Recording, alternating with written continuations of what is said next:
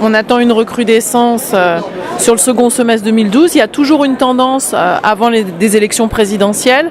Effectivement, les entreprises gardent un peu de côté en attendant de voir un petit peu la tournure que prennent les choses, les évolutions législatives envisageables, voire même des enjeux électoraux, puisqu'il y a eu carrément le cas cette année sur le cas PSA.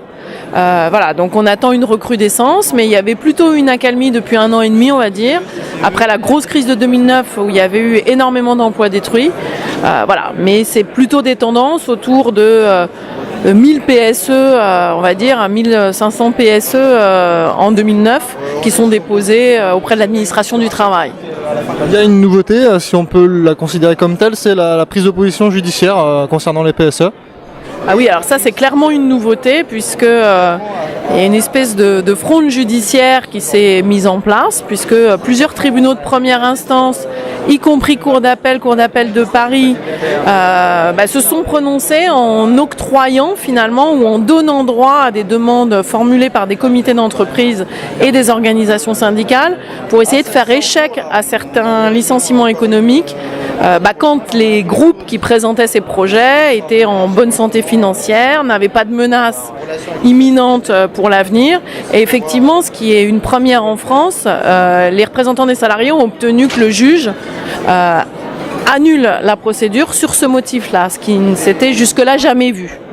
Ça sous-entend qu'aujourd'hui, un comité d'entreprise peut espérer empêcher un PSE ? Alors c'est pas aussi simple que ça parce que vous savez il y a des luttes importantes, il y a du lobbying. Effectivement les CE l'ont obtenu par des tribunaux de première instance. Malheureusement il y a eu effectivement une position de la Chambre sociale de la Cour de cassation, donc vraiment la haute juridiction. Donc c'est l'affaire Vivéo, c'est un arrêt relativement récent du 3 mai 2012. Cet arrêt-là mettait un point final. Mais il faut malgré tout pas perdre espoir puisque à peine 3 semaines après, le TGI de Créteil a à nouveau annulé une procédure pour défaut de motif économique, défaut de raison de licencier en fait. Quand il n'y a pas de motif, il n'y a pas de licenciement. C'est ça la position des juges. Donc effectivement pour l'instant c'est pas encore bien établi, c'est encore assez fluctuant.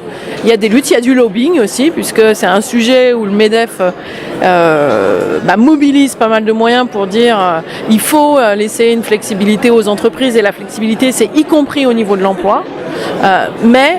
Donc c'est pas encore fait, pour résumer, c'est pas encore fait, mais il y a un peu de résistance et en tout cas ça donne confiance à des CE et des élus pour aller sur ces terrains-là qui sont des terrains qui n'ont pas été beaucoup explorés jusque-là. Justement, comment peuvent-ils s'y prendre? Par quels outils peuvent s'activer sur la question du PSE? Alors, la première chose, dans toutes les affaires là, qui ont été portées récemment par les tribunaux, la première chose qu'on peut dire, c'est que ce sont des CE qui ont voulu contrôler les motivations qui étaient présentées par les directions.